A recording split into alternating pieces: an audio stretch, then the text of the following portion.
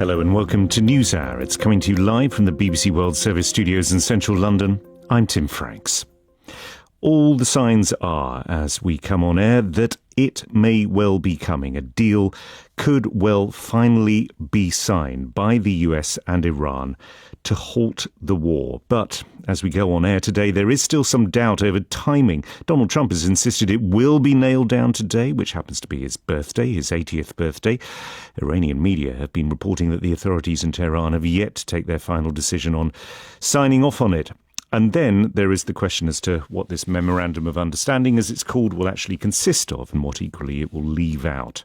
We'll get into some of those questions in a moment. But first, just as we are coming on air, there's also been what may be a very significant related development, and that's the Israeli military, the IDF, launching strikes in southern Beirut at what it says was a Hezbollah infrastructure site in response to the militia firing into Israeli territory. This clip of the immediate aftermath of the attack, a clip which we haven't verified, has appeared across social media in Lebanon.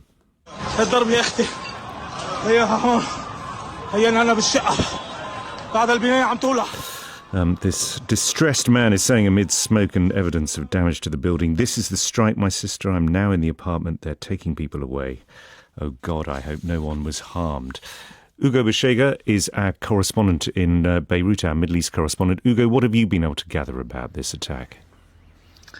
So, Tim, this happened a couple of hours ago, and it's an attack that happened without any warning by the Israeli military. It hit a building in the Dahir district, which is the area where Hezbollah is based in the southern suburbs of Beirut. And the Israeli military described this building as a command center being used by Hezbollah to plan attacks against Israeli citizens in Israel and also against Israeli troops occupying parts of southern Lebanon. And as you said in the introduction, the Israeli Prime Minister said this was in response to these attacks by Hezbollah against Israel. And we've seen those drone and rocket attacks that have been happening over the last few days. But obviously, the timing of it is very interesting, because a lot of people will be saying that it is no coincidence that this attack has happened amid the expectation that there could be the signing of a deal between the US and Iran to end the conflict there. And the speculation is that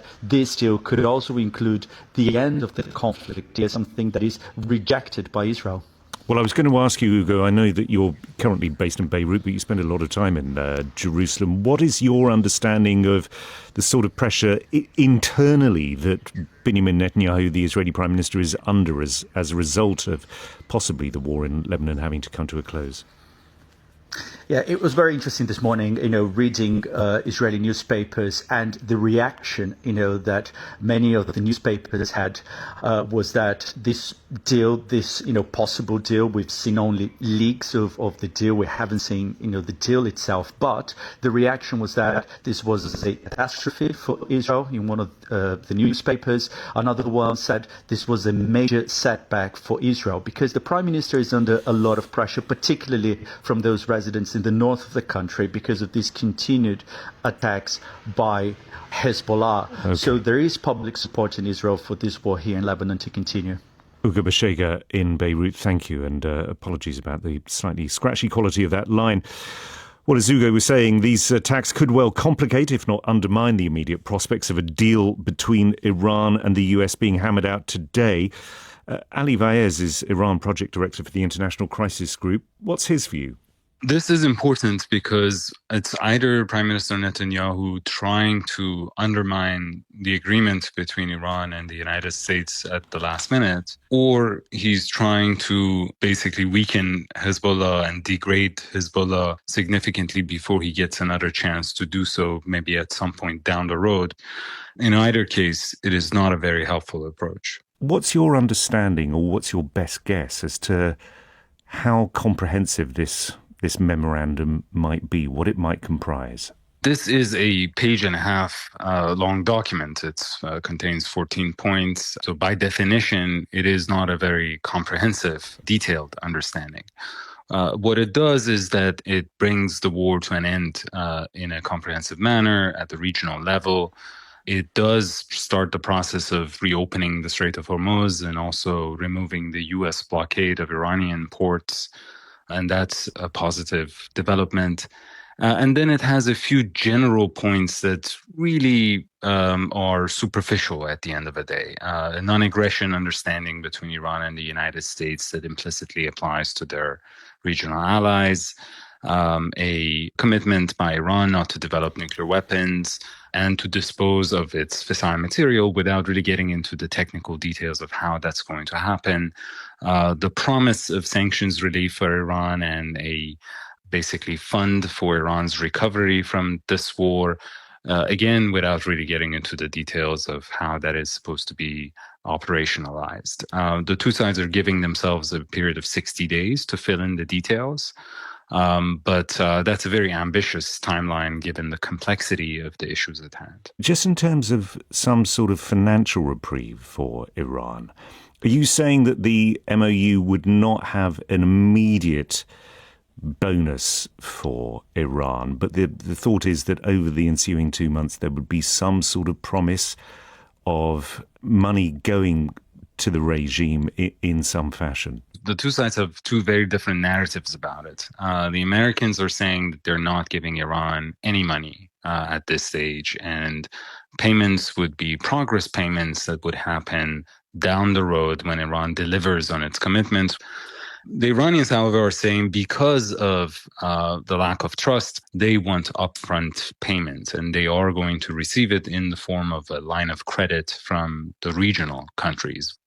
In terms of what will count as sufficient progress on the nuclear issue, which would deliver satisfaction for both sides, I mean, everybody's been saying it's partly about what happens to the highly enriched uranium that's already in Iran, and it's also about how far enrichment of uranium needs to be halted inside Iran. Assuming that those are the two big issues, can you see a sort of a position which could possibly satisfy both sides? I can see the position. It is negotiating it. It's harder than saying the zone of possible agreement.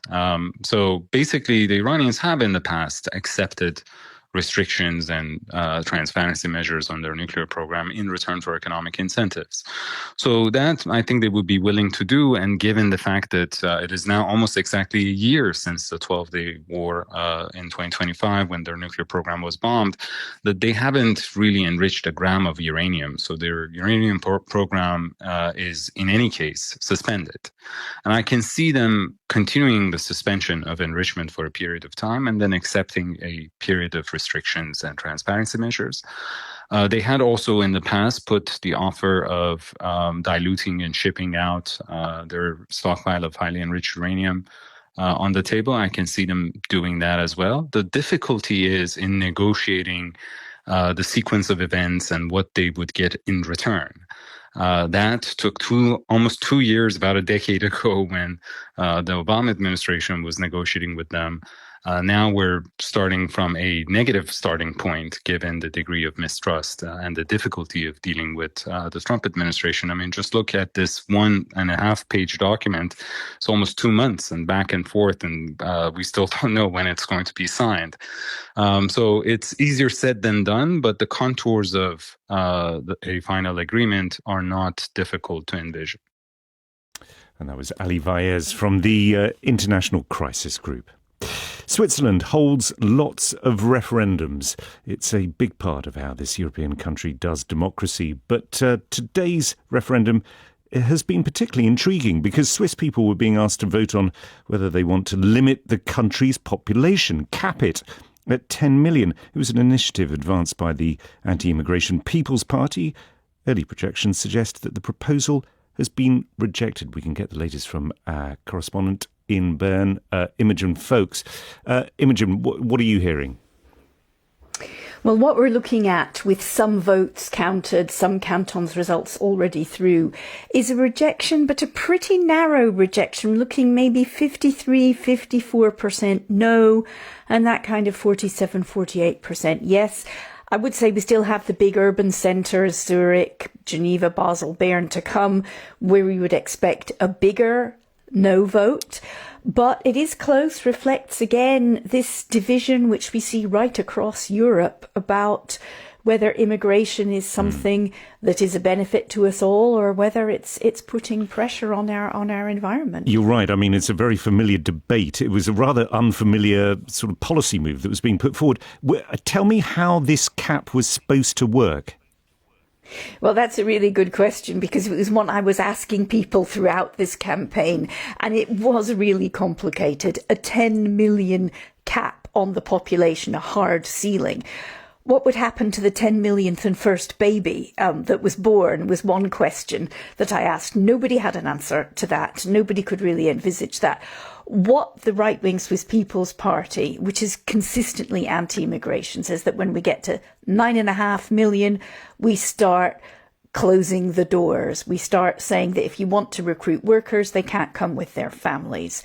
At 10 million, all agreements that regulate immigration, for example, free movement of people, which Switzerland is a part of, would be stopped. Free movement of people inside the European Union.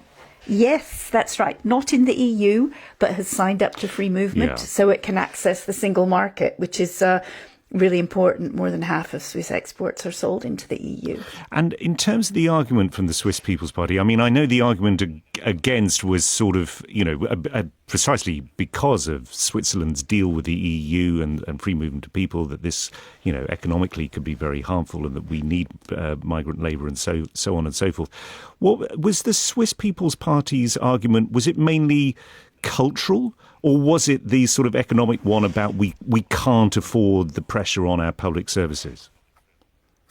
It's kind of both. I mean, what you have to know is that Swiss voters are very familiar with the Swiss People's Party and its stance on immigration and its stance on Europe, which are steadfastly negative. But this initiative, this proposal, was dressed up as a sustainability initiative. That's what they called it. And they said, look, we don't have enough housing. Our trains are crowded. Our health insurance premiums are going up and up. And their argument was the problem is over there with the immigrants. Again, this is familiar across Europe. The opponents said, no, this is the fault of the government and of planning, of business, that we need to address these issues, but blaming one sector of society is not it. But it does find support from, we see more than 40% have voted in favour. People are worried about their children being able to afford a flat, not having to pay too much in health insurance premiums. This is a challenge for people, even in wealthy Switzerland. Imogen Folks, thank you very much. Now, there is this thing called the World Cup happening right now across Canada, the US and Mexico, you may have noticed. But on Saturday night, local time, there really only was one sports story in North America, and that was the news that one of the most storied teams in one of the world's greatest cities had scored a victory for the ages. BBC's Neda Tawfik was out there with the fans of the New York Knicks in Manhattan.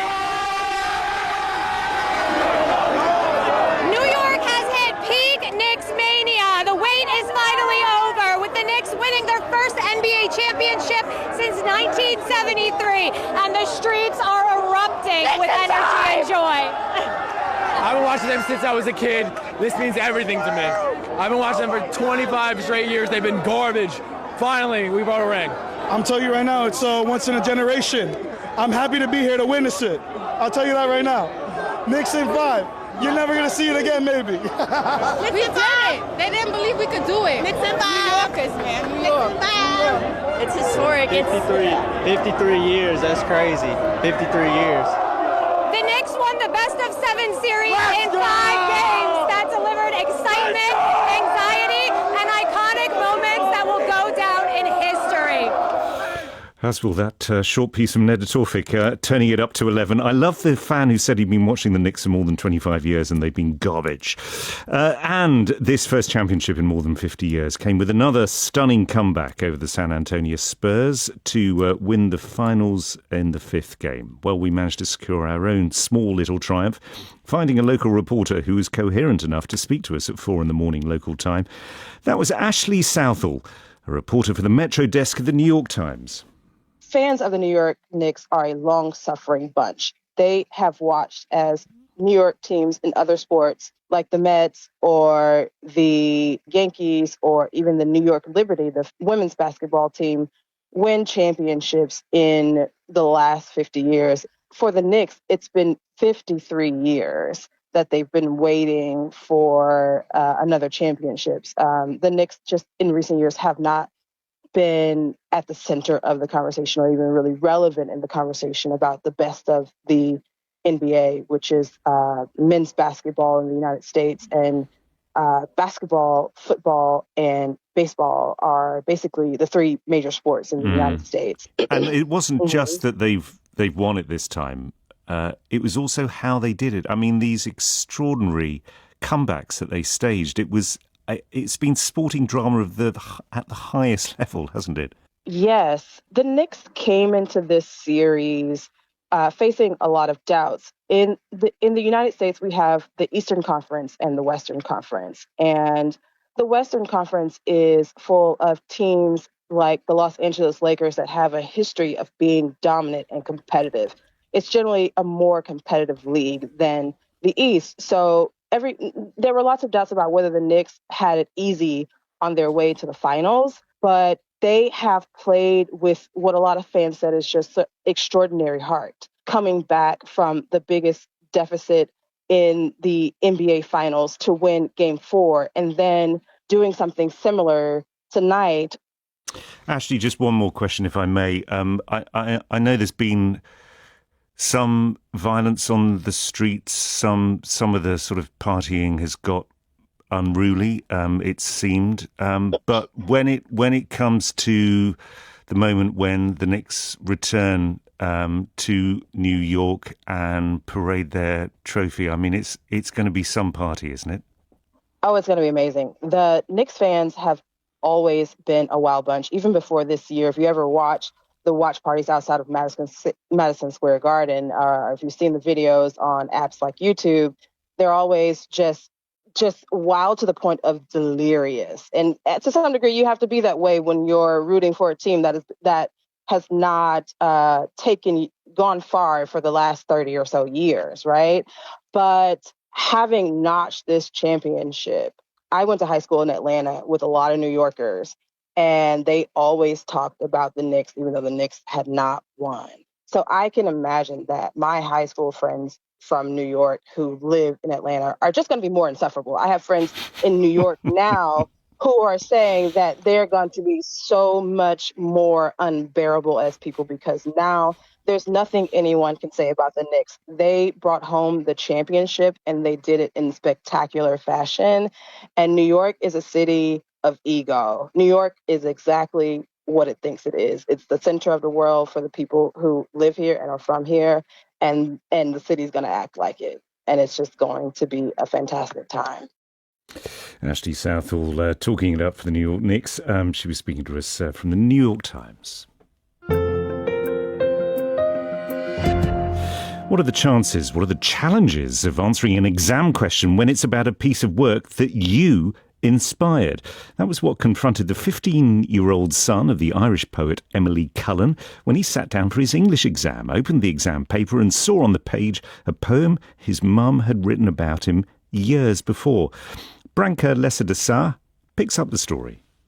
Emily Cullen, a poet from Galway, had spent the morning helping her son cram in some revision for his afternoon English exam. It was an ordinary day like every other, except with the tension of the state exam that morning and trying to do last-minute revision of Shakespeare quotes. So when she met him afterwards, and he looked pleased, she assumed their work had paid off. He had a big, broad smile on his face, and I thought, oh, that's good. He must have remembered his Shakespeare quotes. But it wasn't Macbeth or Hamlet that had come up on 15-year-old Lee's paper. Instead, it was a poem written by Emily herself, about him. He said, "You won't believe it, Mum, the poem you wrote about me came up in the paper." And I said, "What?" And he said, "The one about the chalk." Envoy in Chalk was written by Emily after she spotted something Lee had written in chalk on the pavement outside their home. He was 8 years old, and the message read, "The world is great." It was just what Emily needed. To bring me back to reality and to remind me that things weren't so bad and there was beauty all around me and lots of wonder in the everyday. The poem was first published as an Irish Times Poem of the Week, before later appearing in Emily's third collection, Conditional Perfect. But 7 years later, she could never have imagined it would come up on her son's exam paper. It was just the most flabbergasting moment. It felt like it was in another dimension. Lee had also been in shock when he flipped open his exam and saw his mother's words. Initially, the coincidence posed a problem.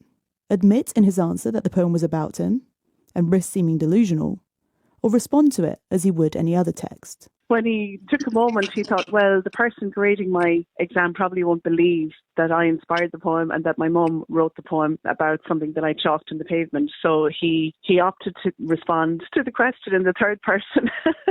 Once the exam was over, the emotions sunk in. Lee asked his mum to pick him up so he could tell her. I got quite emotional about it, as you would, and my breath was taken away, really. I was just kind of in a state of pleasant shock.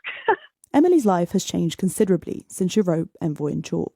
Her own mother has since died, and she's now caring for her 95-year-old father, who recently returned home from hospital. The world is great. Those words her son wrote on the pavement all those years ago remain more important than ever. We do have to kind of remind ourselves of the gift that life is and of the wonders all around us in abundance amid the darkness and the dark times. For Emily, there is no better reminder of this wonder than having her own 15-year-old son answer an exam question on a poem she wrote, inspired by him. It's an amazing thing. I mean, what are the odds that would happen? Yeah, it's kind of a once-in-a-lifetime synchronicity, really. Emily Cullen, the Irish poet, ending that report by Branka Lesser de Sa. You're listening to NewsHour. Much more to come in the next 30 minutes. Stay with us if you can.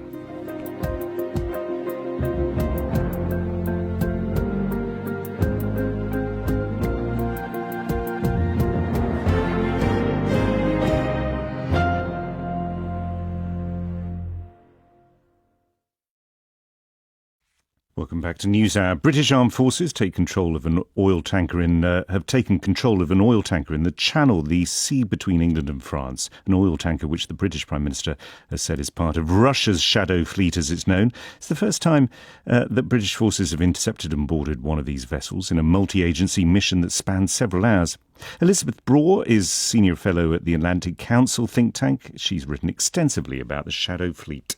The Shadow Fleet is a collection of vessels that sail outside international shipping rules. Most of them, for example, lack a functioning accident insurance.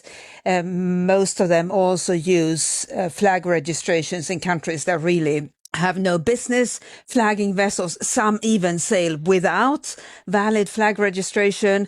Most of them are also very old. So it's like having a steady stream of rust buckets through UK waters and indeed the waters of countries in the Baltic Sea, for example. And they're there to take sanctioned Russian oil around the world. Many of them transport Russian oil, and the reason they do that is that there is a Western price cap on Russian oil, which essentially prevents legally operating ships from transporting that oil. And Russia wants to transport oil above the price cap, so it has turned to this shadow fleet, which as a result has exploded, as it were, grown phenomenally in size. Right. Is this a significant part of Russia's income? I mean, there are people who say, this trade in sanctioned oil is fueling the war in Ukraine. Is that overstating it, or is that a reasonable assessment? Russia's main source of revenue is oil. From a Russian perspective, it's got to be oil above the price cap, because that's how Russia makes a profit, which is why it has turned to the shadow fleet. So without the shadow fleet, Russia would be struggling mightily to fund its war against Ukraine, which is why this is such a wicked problem and one that the Western governments have been trying to tackle.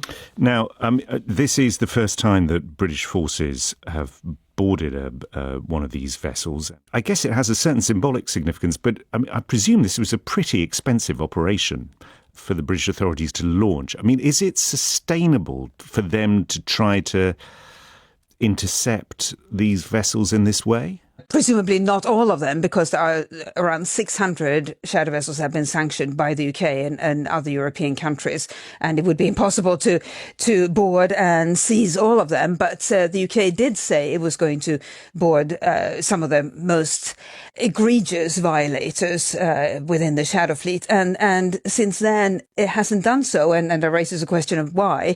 And I think the first reason is it isn't really clear which part of the UK government is supposed supposed to board.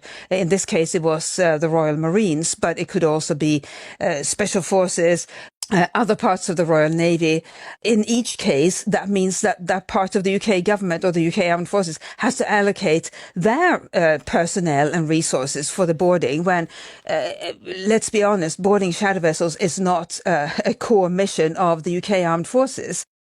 And that was Elizabeth Braw, Senior Fellow at the Atlantic Council. This is the BBC World Service, and live from London, you're listening to NewsHour with me, Tim Franks. Haiti has long and sadly been a byword for violence and dysfunction, for poverty and fear. The destructive cycle has probably only intensified since the assassination of its president 5 years ago. Now reports from the country say that a senior official, the man just appointed to be Chief of Staff to the Minister of Defence, has been abducted by armed men in the capital Port-au-Prince. James Boyard also serves as the Inspector General of Police and is thought to be the highest-ranking official kidnapped in Haiti in recent years. Harold Isaac is a man we often turn to in these times. He's a freelance journalist who lives and works in Haiti and joins me now from the capital. Harold, very good to have you back on NewsHour. Are you clear as to what happened? Well, the details of the abductions remain rather unclear at this point. Although some details are emerging, as is being reported by several outlets here. He was abducted with his wife and daughter of 6 years old, and this is of creating great concerns in the not only security community here in Haiti, but in the whole society at large. Do we know who abducted him? It's unclear. Some outlets, including the New York Times, have reported that it may have been gang leader Chrysler, but that remains to be confirmed. Okay, but the view is that it's, I mean, an operation like this is likely to have been carried out by one of these gangs that do exert considerable control in the capital. Well, the reality of the gang war here in Haiti has been really pervasive to in the community and in the society for the better part of the last 5 years, where it took really a turn for the worse since the assassination of President Jovenel Moïse.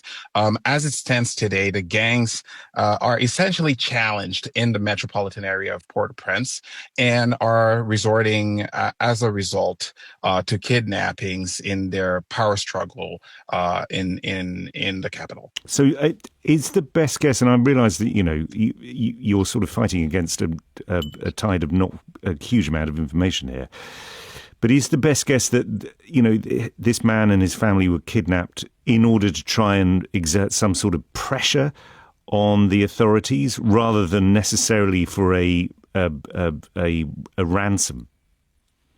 Well, it's likely a combination of both a kidnapping of opportunity and also likely also targeted. I mean, I personally know James Boyard. He's a security expert here.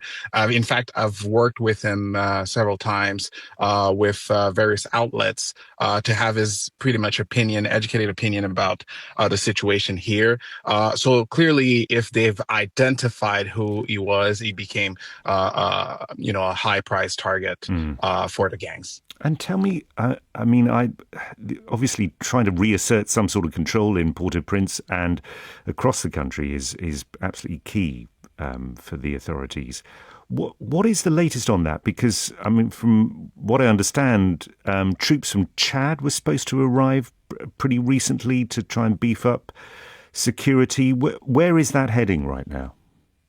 As of November of 2022, the Haitian government had formally requested international support to fight the gangs. And over essentially the last 4 years, there's been a lot of back and forth. But eventually, the Security Council of the United Nations is approved of what they call the Multinational Security Support Mission, which was led by Kenya for about a year. But the Trump administration wanted to reinforce, if you want, the fight against the gangs. And at the Security Council, it was agreed upon to essentially beef up, the response through what they call the Gang Suppression Force, which will be led by Chad. And so far, it's been agreed that about 800 Chadian troops would arrive or have arrived in Haiti, but their full deployment is to be completed in the coming months. Harold Isaac, a freelance journalist in Port-au-Prince, thank you very much for joining us. It's one of the questions of our time. How are we going to deal with the technological revolution that is heading our way, particularly when it comes to work? This was the man of the moment, Elon Musk, as of this week, the world's first trillionaire, speaking back in 2023 about the future of employment. There will come a point where no job is needed. You can have a job if you want to have a job for sort of personal satisfaction, but the AI will be able to do everything. But the question we're going to look at is not a question of whether artificial intelligence can or soon will be able to affect or even take over our jobs, but whether it ought. It's something our next guest has been wrestling with. Sarah O'Connor is a journalist and columnist with the Financial Times, and she's just written a new book called We Are Not Machines, The Fight for the Future of Work, in which she met warehouse workers, miners, subtitlers, long-distance truck drivers, and nurses caring for the elderly. What did she learn? What I learned is that actually when AI kind of enters a workplace or enters someone's job, often it doesn't just sweep them away entirely. I didn't meet anyone really who had been completely cast out of their work because of AI, but that it does transform the nature of work and the quality of work, sometimes for the better and sometimes for the worse. And I didn't want to write a book that just concludes by saying, well, there's going to be winners and losers, because that's a sort of tempting conclusion. But actually, it's not very helpful, because what you really want to know is what makes the difference. Like, why do some people do better and why do some people do worse? Why is this enriching some people's work in the way that we might hope and allowing them to be a bit more human or a bit safer? But why is the same technology actually stripping meaning out of some other people's jobs? That was the promise of artificial intelligence, at least from the sort of the tech titans who are piloting it, which was, and maybe it's always been the case with technological revolutions, is that, we will liberate humans from the sort of the boring stuff, the dangerous stuff. And also, we will be able to deliver stuff much more cheaply and much more quickly. How far has that promise been realised? Well, what I started to realise when I met some of the people on this journey was that, in fact, what they were telling me was that the precise opposite was happening. So rather than being freed up of the boring bits of their work in order to do things that feel more creative or more fulfilling, some of them felt like they were actually being sort of crunched into systems that were now sort of run by machines and paced by machines and assessed by machines, and actually in which they began to feel that they were expected to behave like machines. And that was happening both in sort of some blue-collar professions and some white-collar professions. Such as? So in the blue-collar world, one of the places I went to was a brand new Amazon warehouse. And I've worked at the FT a long time writing about the world of work. So I wrote about the first iteration of these warehouses 10 or 15 years ago, which basically involved people walking around shelves for sort of 10 or 15 miles a day, picking items off shelves. Now the robots have arrived, but they're not doing the whole job because they can't do every single stage of it. So Amazon has redesigned the work so that the robots, which look a bit like sort of oversized robot vacuum cleaners, slide underneath shelving units and bring them to the workers. So the workers now stand in one place for 10 hours a day, and a shelf is brought to them, and a light illuminates which item they should pick off it, and another light illuminates which box they should put it into, and then the next robot brings the next shelf. And so that job has become much more efficient, much more productive. It's less physically arduous because you're not walking around all the time getting blisters and stuff, but it is still sort of quite profoundly repetitive and boring. And what the workers told me was it's actually become even lonelier because now you're just standing there and it's just you and the robots. In one place. And the work's just coming to you. You can't sort of have a chat with people along the way. And so they felt that they were becoming more robotic. But also, and you make this point, that you get to the point, and it's quite difficult to argue against this point, where it's not can AI do my job? But can AI do my job to a point where, either my employer is going to be happy in what AI is doing, either with my job in full or in part, and is the customer going to be happy? And so I guess the question is how far workers retain any agency over the role that AI has. I agree that that's definitely a risk. And one of the things that came through very clearly was that actually, in spite of all of these promises about how machines are soon going to be better than humans at absolutely everything, that's definitely not the case. I mean, in those examples I just gave you, the humans are still there because the machines are not yet as good as them. So they're still having to plug various inadequacies that the machines have. I didn't meet anyone actually who had no agency in this story. Like, all of my interviewees were doing something about this. The ones who were under threat were trying to figure out, how do I pivot my own career or my own business model? Other people were just leaving their work altogether and creating new jobs or even starting their own companies. So I think it's definitely the case that just because the machines can't do everything doesn't mean they won't be very disruptive to people's work. But I don't think that it's true that we have no agency in this. And I think that when we see it coming in the distance, it feels very paralysing and nerve-wracking, and we feel a bit like rabbits in the headlights. But all of my interviewees were past that point. The technology had arrived in their lives, and actually at that point, people kind of wake up from that sense of paralysis and they start to do things. And actually, we do all have power to shape this in our own ways, whether that's as consumers or as workers, or indeed as managers or policymakers. And that's one of the very interesting things about the book, is that very much it's you talking to people whose lives have already been intensely affected by artificial intelligence. And I think one of the ways in which certainly I as a journalist often talk about artificial intelligence is to think about, the huge companies that are driving this, and also politicians, and just think, well, what is it that we are supposed to be doing? But you're saying, actually, there is stuff that can be done.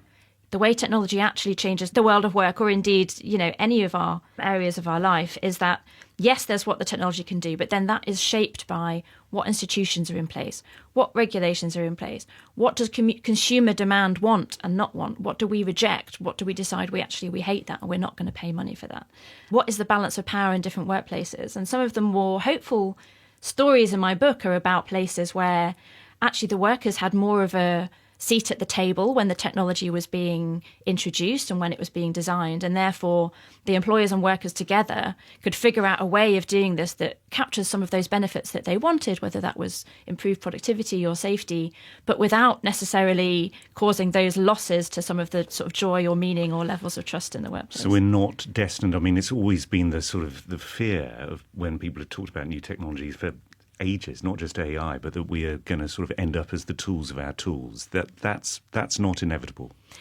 It's very much a real danger, but I don't think it's inevitable. And I think in order to make sure that it doesn't happen, we all have to sort of wake up to the fact that this is beginning to happen and that we do have a say over it. Sarah O'Connor, author of We Are Not Machines, The Fight for the Future of Work. It's a fascinating book. That's it from this edition of NewsHour. From me, Tim Franks, and the team here in London, thanks for your company.